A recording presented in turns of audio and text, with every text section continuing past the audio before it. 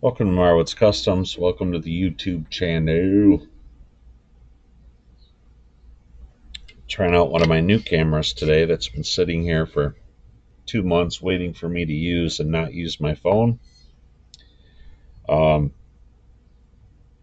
I wanted to just do a basic how to build your Auto World pit kit and explain it in a way that's really, as helpful as I can be, but just the most common thing. Like you got track, you're excited, you want to run some cars, then you see these in the aisleway at Hobby Lobby, and you want to build your own car. And we all do it. I'm a painter now as well. I don't know if you want to call me a painter yet, but I'm learning and having a lot of fun doing it. So it's actually next to building the Aurora G Plus cars, probably one of my favorite things to do. And you're not used to seeing me either, so welcome.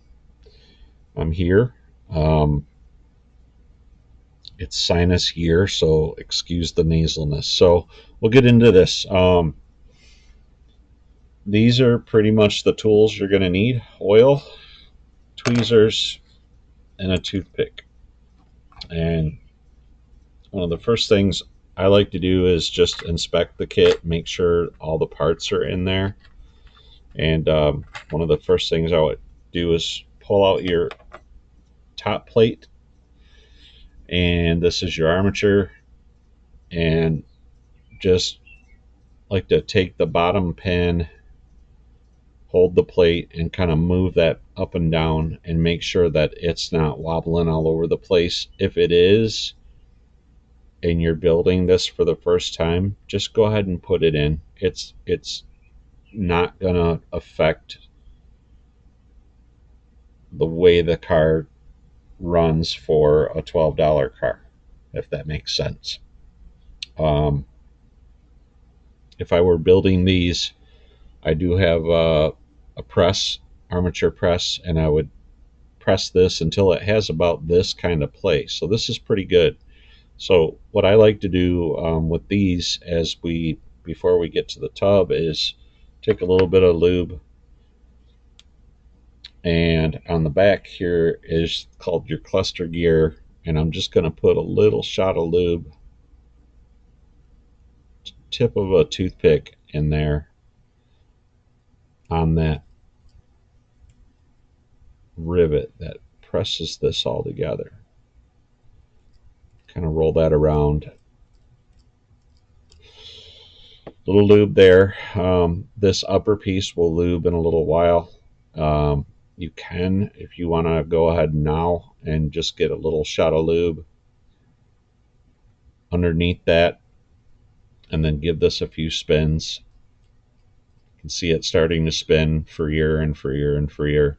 Cool thing about this Viper oil is that's not spilling at all right now. It's a really cool bottle. I don't know where they get them or whatever. I'd have like 15 of them around.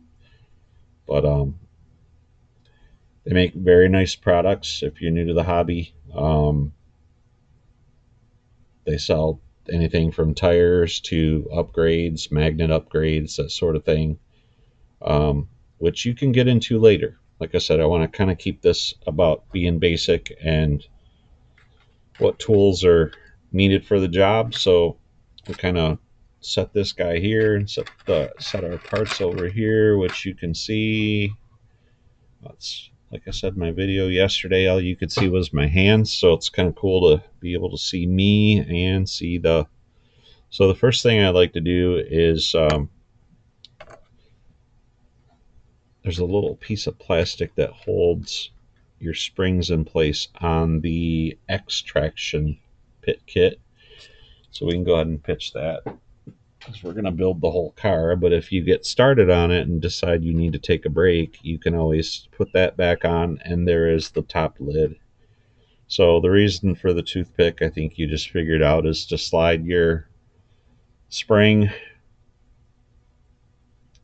up onto the toothpick.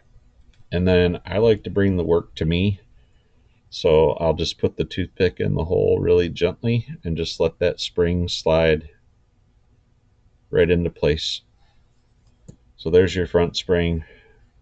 And there's 4 springs in here. So these are your motor brush commutator springs.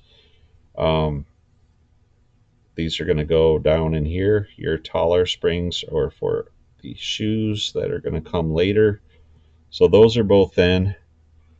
So next step is going to be your brushes, which come over here in this corner. And this is where patience comes in handy. There's one. We'll pull the other one out. And with these plastic tweezers, they're great. They don't, you can literally feel how much pressure you're putting on things. So you kind of want to sand off the excess on these. So any kind of paper works great. And we'll get this guy out of the way for a second so I can show you. But there's a little nipple. You'll see it on one side. That's going to go down and on top of the spring. It helps kind of seat that up against the spring and not flop all over. They do still sell the completely flat ones in the aftermarket, but again, we're keeping this about being simple. And I'm just rubbing that around with the nipple side up. And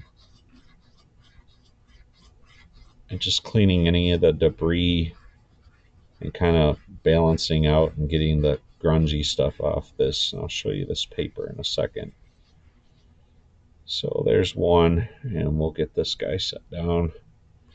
I'll kind of show you what you're going to look like.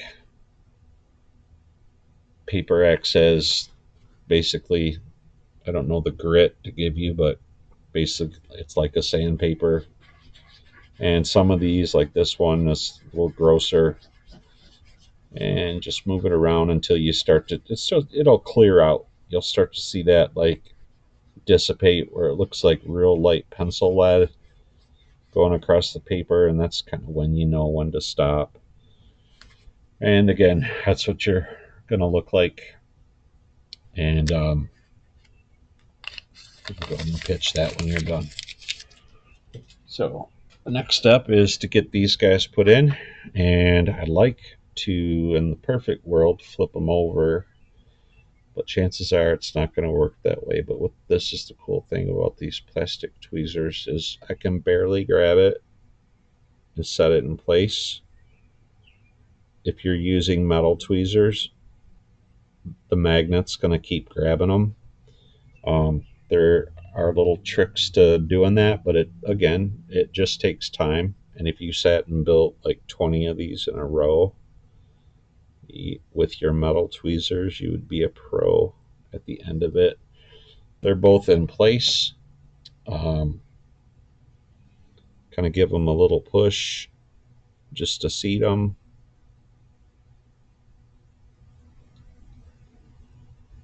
That one's kind of sticking up a little higher than the other, so I'm going to give that a little push down, and I'll show you something on the opposite side of the car. So at this point, again with lube, the rear axle is the perfect time to just put a little dot of lube there, and then you can move the axle over and put another little jab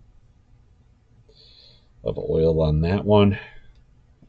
Now again, to be clear, there's hundreds of videos on this kind of thing, but I just feel like after it was brought to my attention about when you have questions and you ask because you're new and you don't really get more of a kind answer, we look at that as, we want you to be in the hobby.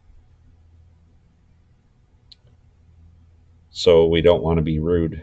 So you don't necessarily, I think over a period of time, you'll find people in the hobby that are cool. And those are the people that you want to continue to hang out with and